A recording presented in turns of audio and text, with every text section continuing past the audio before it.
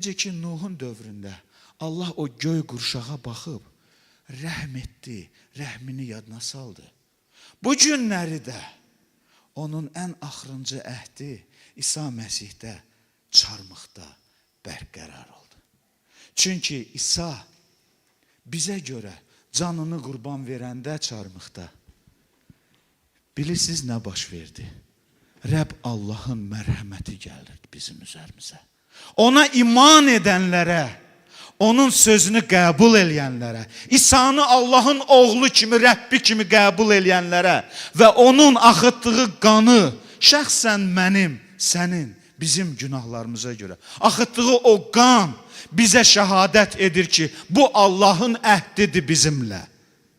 O əvvəlki birinci əhd kimi əvvəl cəza, əvvəl ədalət, Allahın qəzəbi ilə, sonra isə mərhəmətlə baş vermədi.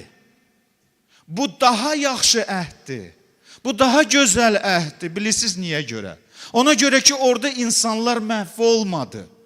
İnsanların günahlarına görə, murdar işlərinə görə heç kim məhv olmadı. Yeganə bir şəxs öz qanını, canını verdi, qurban verdi özünə.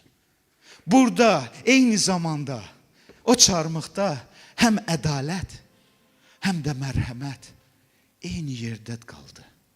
Ədalət ona görə ki, Rəbb müqəddəs kitabda Romalılara məktub 6:23-də deyir, günahın aqibəti ölümdür. Allahın ənamı isə Məsih İsa'da olan əbədi həyat.